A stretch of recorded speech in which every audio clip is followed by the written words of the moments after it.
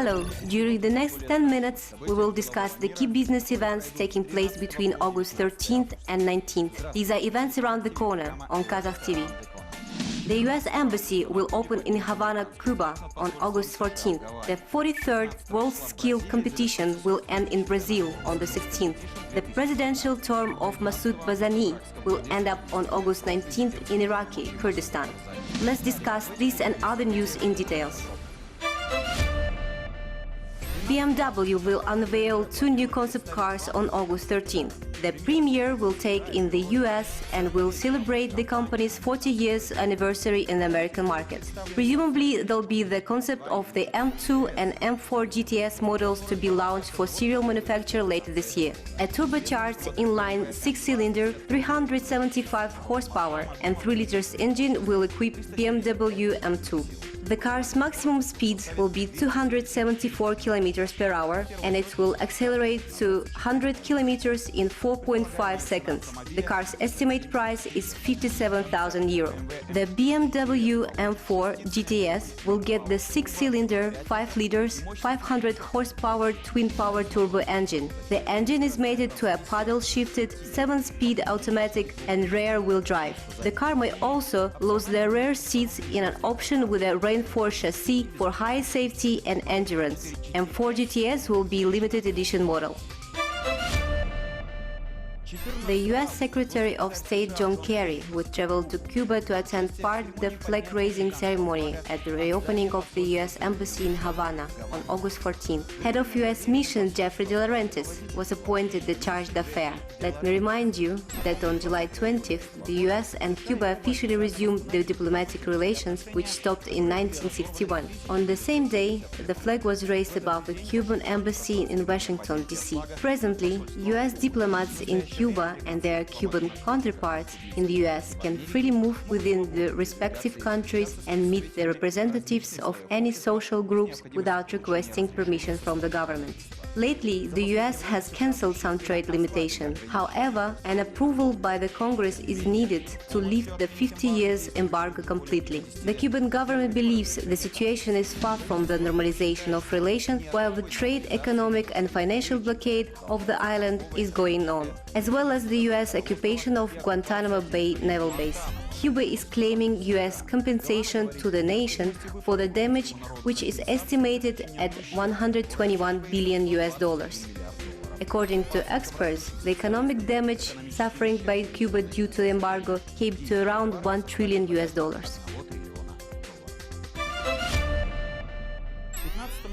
A new labor code should be completed in Kazakhstan by August 15th.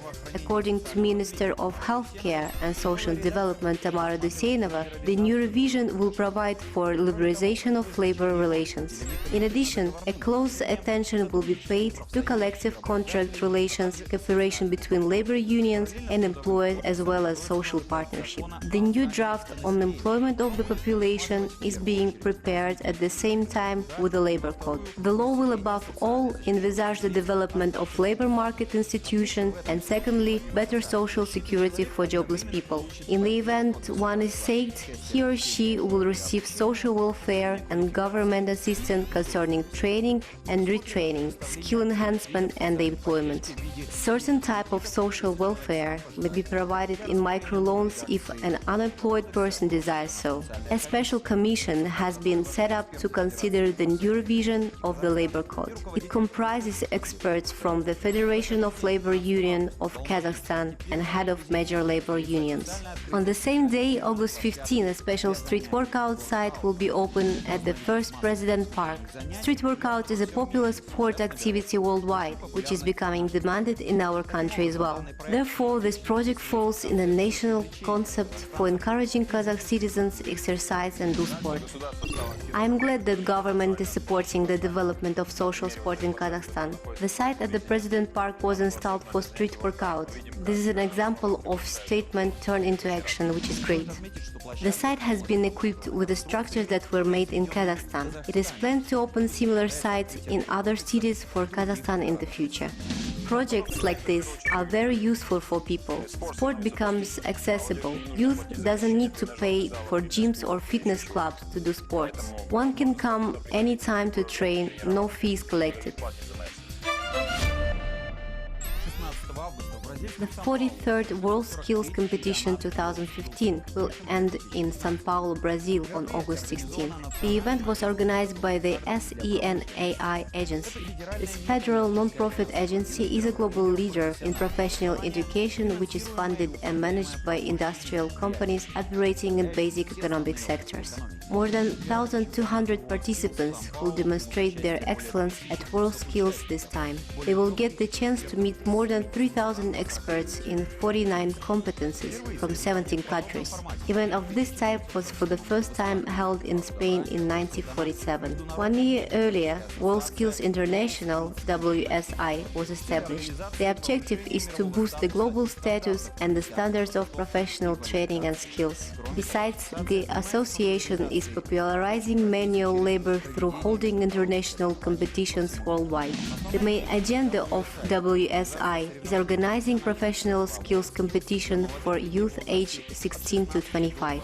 World Skills Championships are held once in 2 years in different countries that are part of the association. They are called the Workforce Olympics. Currently, WorldSkills is the world's largest vocational skill competition. Our country applied for the membership at WorldSkills International in March 2014.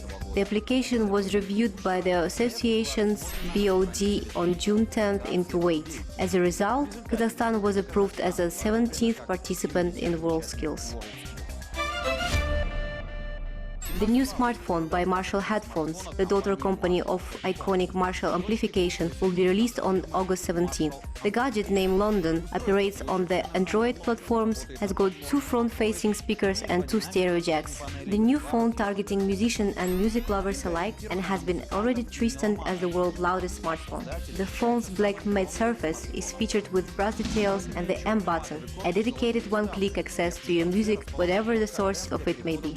The scroll wheel gives the user quick access to volume control with tactile precision to find just the right spot. The storage is only 16 GB, but there is a micro SD card slot for up to 128 GB. The smartphone features a dial microphone for stereo recording and a separate processor for playing high-resolution music such including the FLAC format. London comes with a highly rated Marshall mod in-ear headphones, as well as the package of application including the DJ app and the loop stack, a 4-channel recorder that allows a user to record 4 tracks independently. A meeting of the Eurasian Economic Commission's College will take place in Moscow on August 18th. Creation of joint research group to study the feasibility of an agreement on the free trade zone with South Korea and Iran will be discussed. In addition, a plan of actual implementation of free trade zone with Vietnam will be reviewed. In May, EAEC signed the first agreement on streamlining the trade regime after the Union has created in 2015. At the St. Petersburg International Economic Forum, trade ministers of India and EAEC countries signed a document reading that they started studying the feasibility of an agreement on a free trade zone. Besides, signing of similar agreement with Egypt and Israel is being discussed by the experts. At the Moscow meeting, members of the college will discuss the possibility of signing a memorandum on the trade and economic cooperation between EAEC and the Mercosur, a South American common market. An algorithm of interaction between EAEC members in case of international trade disputes with third parties will be discussed. The presidential term of Masoud Barzani will expire on August 19th. The leader of the Democratic Party, Masoud Barzani, had been the president of the Iraqi Kurdistan for 10 years. He first won the presidential office in 2005 and was re-elected for the second term.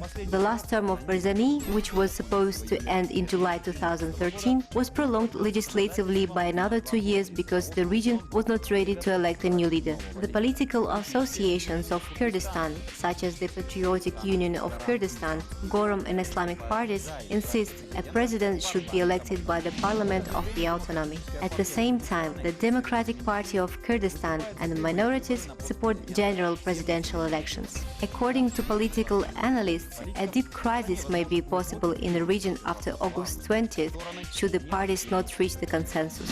This has been our perspective on the coming week. You've watched Events Around the Corner. See you next time on Kazakh TV.